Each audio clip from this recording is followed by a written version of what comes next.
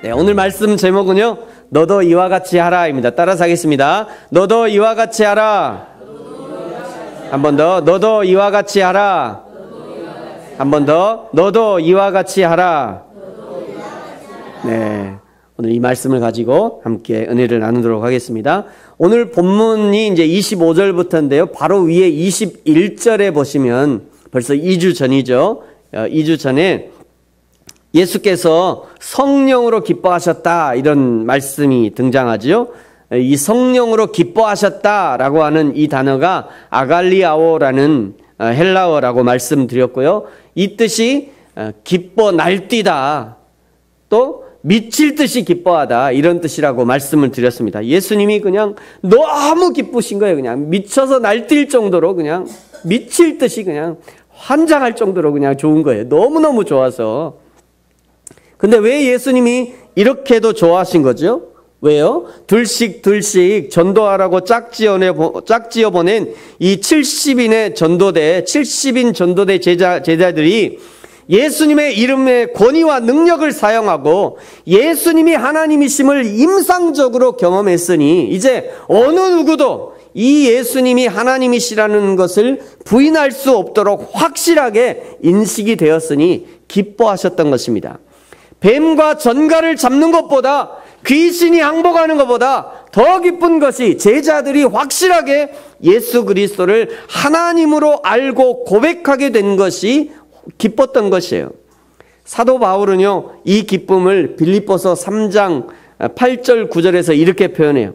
또한 모든 것을 해로 여김은 내 주 그리스도 예수를 아는 지식이 가장 고상하기 때문이라 내가 그를 위하여 모든 것을 잃어버리고 배설물로 여김은 그리스도를 얻고 그 안에서 발견되려 함이니 내가 가진 의는 율법에서 난 것이 아니요 오직 그리스도를 믿음으로 말미암은 것이니 곧 믿음으로 하나님께로부터 난 의라.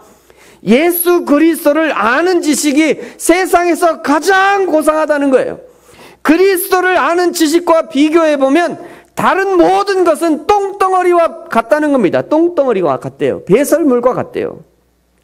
이 똥덩어리와 같은 세상 지식 버려버리고 예수 그리스도를 알고 예수 안에서 발견되어지고 이제 예수를 위해 사는 것이 너무도 기쁜 일이다. 지금 이렇게 얘기하고 있는 거죠.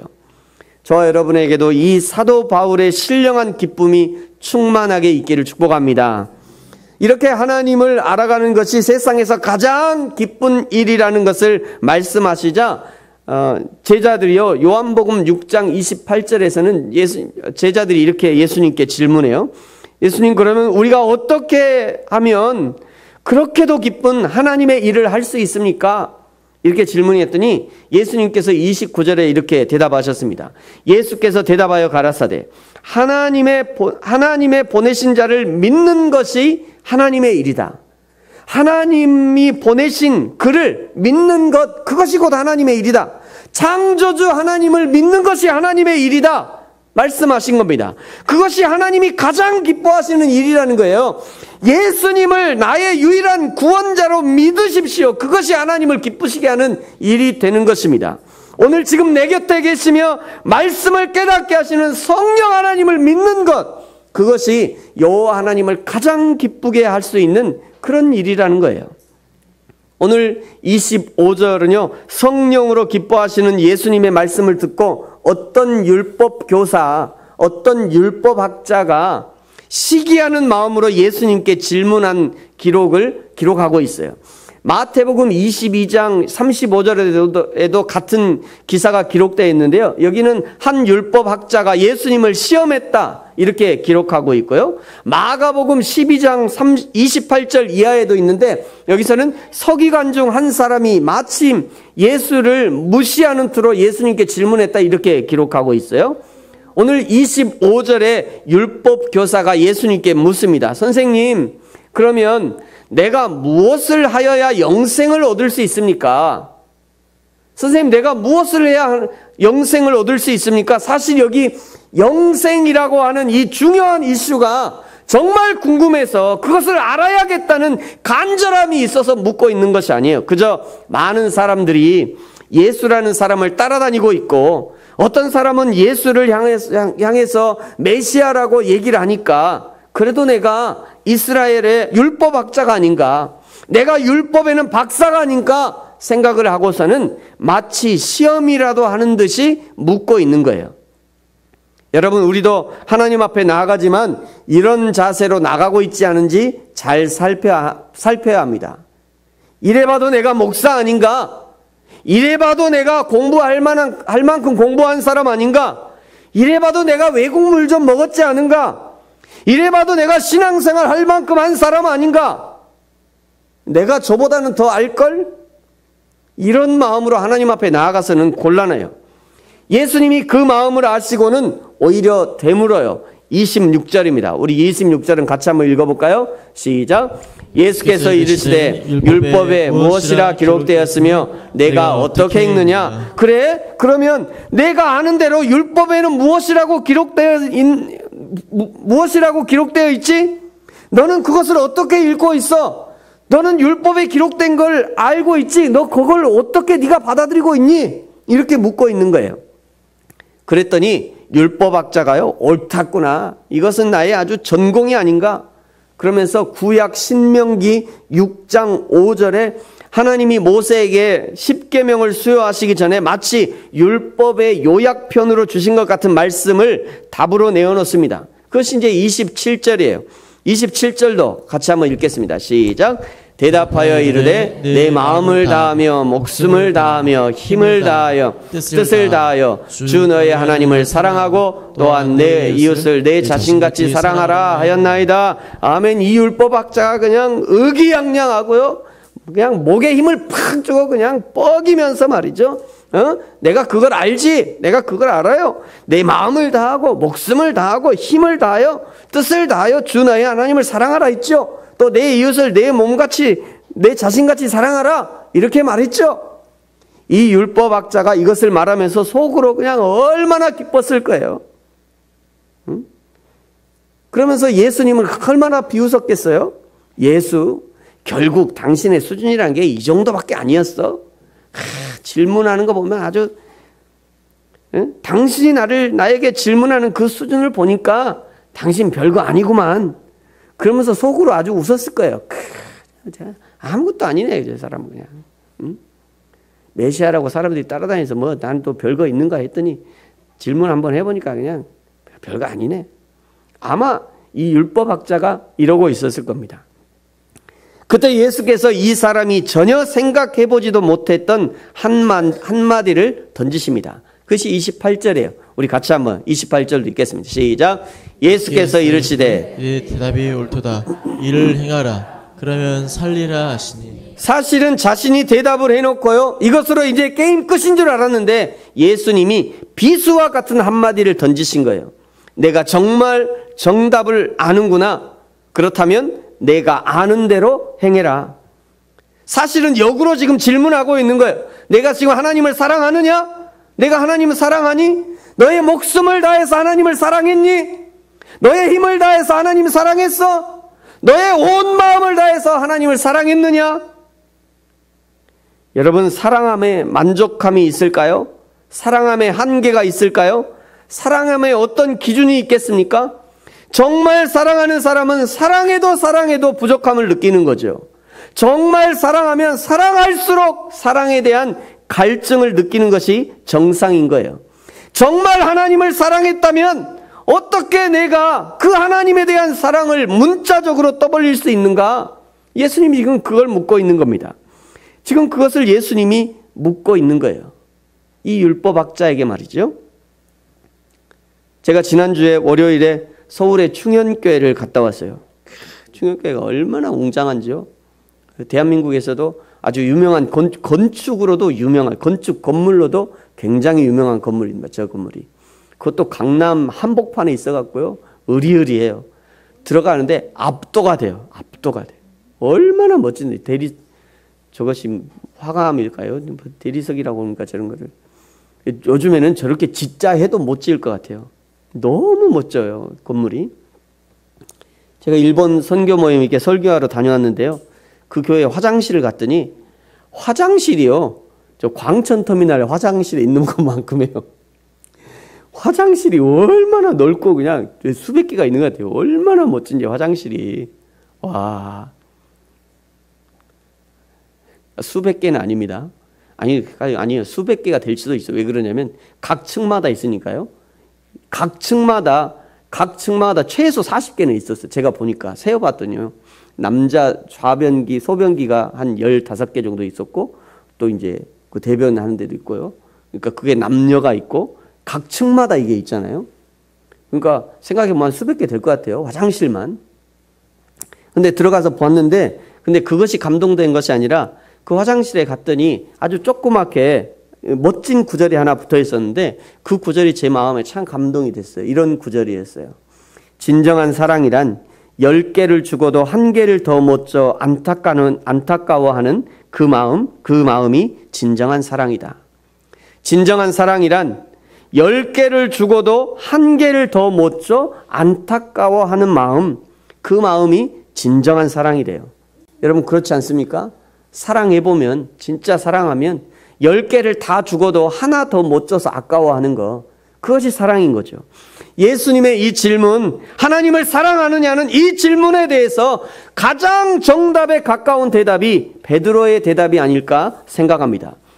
요한복음 21장 17절에 보면요, 세 번째 이르되 요한의 아들 시몬아 내가 나를 사랑하느냐 하시니 주께서 세 번째 내가 나를 사랑하느냐 하심으로 베드로가 근심하여 이르되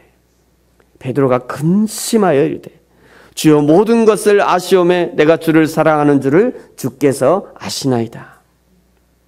그리고 예수님은 차마 입으로 대답하지 못하는 이 베드로의 마음이 진짜라는 것을 아시고 새로운 사명을 허락해 주시는 거예요. 예수께서 이르시되 내 양을 먹이라. 사랑하는 성도 여러분, 하나님을 사랑하십니까?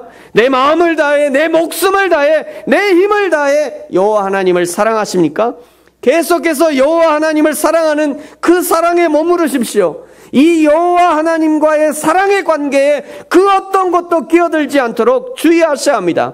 내 지식이, 내 경험이, 내 물질이 하나님과의 사랑의 관계를 방해하지 않도록 해야 합니다.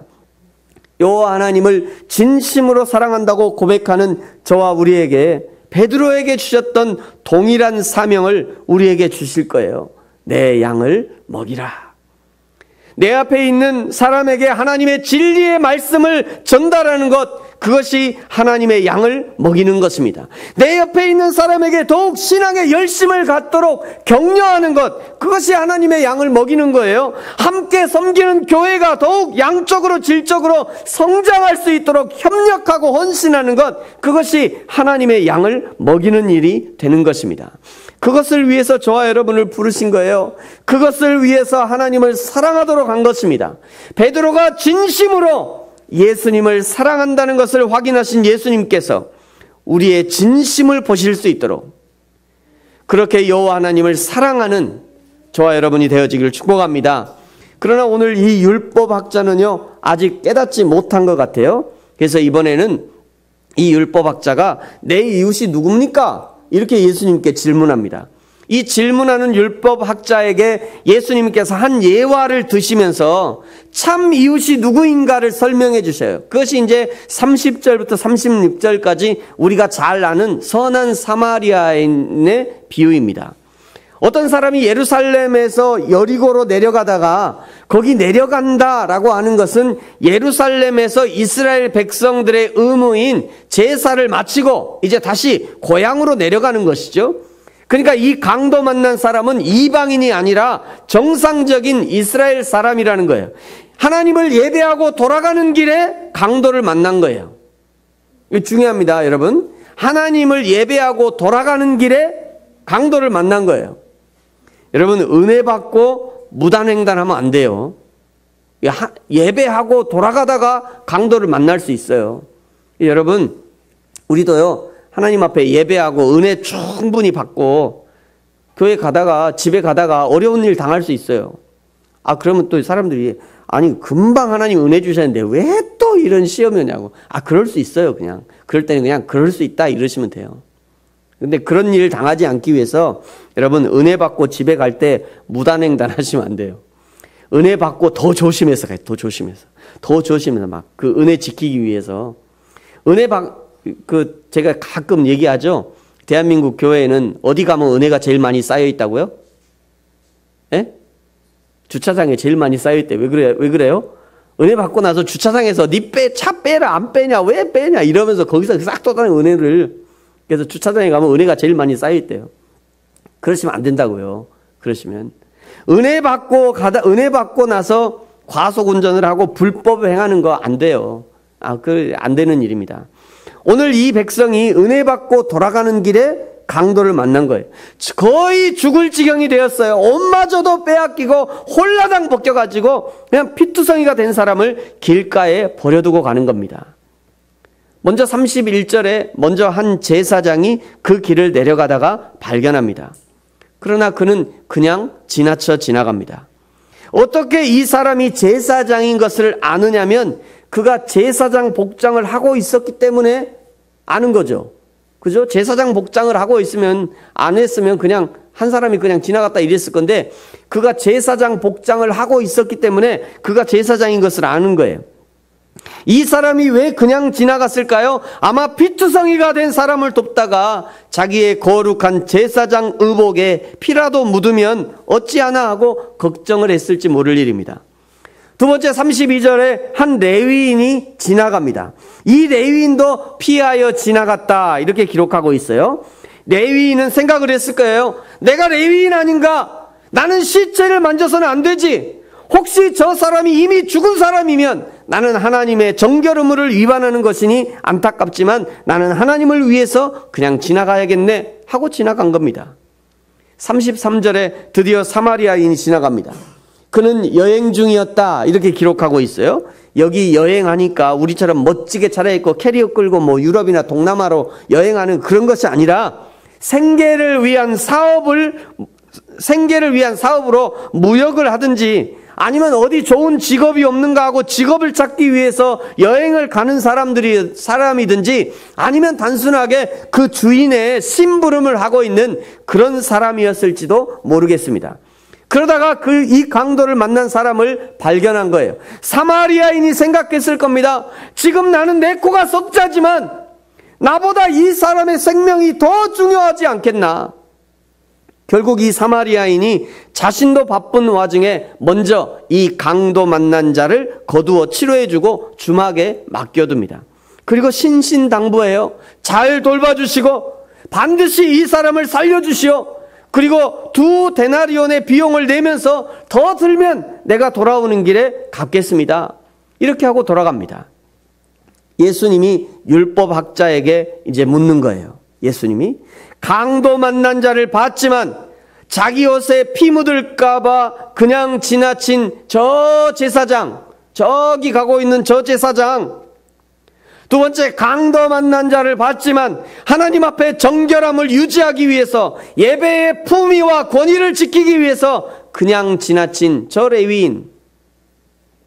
그리고 비록 지금 자신도 코가 석자지만 그러나 생명이 위급한 이스라엘 사람, 자신들을 개 취급하는 이스라엘 사람들이지만 그러나 생명이 더 중요하기 때문에 일단 생명을 살리고 본 이 사마리아인, 누가 내 이웃입니까? 라고 묻는 이 율법학자에게 예수님이 다시 묻는 거예요.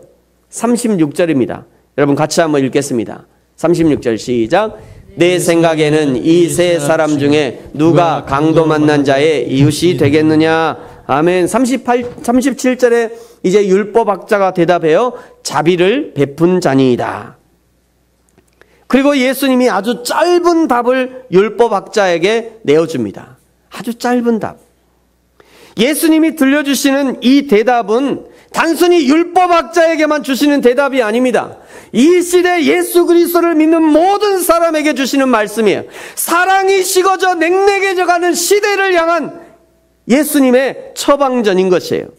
강도를 만나 길거리에서 피 흘리며 죽어가는 사람을 보면서도 자기 옷, 자기 생각, 자기 예배 생각하느라 죽어져가는 사람을 도울 생각조차 없는 사람들을 향한 하나님의 극약 처방인 것입니다. 제가 오늘 왜 이 하나님 예수님의 처방을 극약 처방이다 이렇게 말씀드리냐면요. 오늘날 성도들이 가장 어려워하는 것이 바로 이 행함이 아닌가 생각합니다. 아는 것도 많고 보는 것도 고급스러워지고 듣는 것도 고급스러워졌지만 여전히 초보적 단계를 벗어나지 못하는 것이 바로 이 행함의 영역인 것 같아요. 자기 아는 것을 이야기하라고 하면 얼마든지 거침없이 이야기할 것입니다. 그러나 그 아는 것을 행하라고 하면 묵묵부답이에요. 보는 것을 이야기하라고 그러면 하늘을 두루마리 삼고 바다를 먹물 삼아도 다 기록하지 못할 만큼 방대한 것을 보고 들었을 것입니다. 그러나 내가 본 대로, 내가 들은 대로 그대로 행해서 복 있는 삶을 살아라 요구하면 도무지 그 삶을 살지 못해요. 그래서 그 이 행함의 요구는 오늘을 사는 우리에게 극약과도 같은 거예요. 이 극약은 죽이는 극약이 아닙니다. 살리는 극약이에요. 이 극약은 화인 맞은 양심을 다시 뛰게 하는 극약입니다. 이 극약은 화석화된 신앙을 다시 생기 있게 하는 극약이에요. 이 극약은 깨어지고 금간 상처를 감싸고 꿰매고 새살이 돋게 하고 살리는 극약이 되는 것입니다. 그러므로 사랑하는 성도 여러분, 이 예수님의 극약 처방을 잘 들으시기 바랍니다.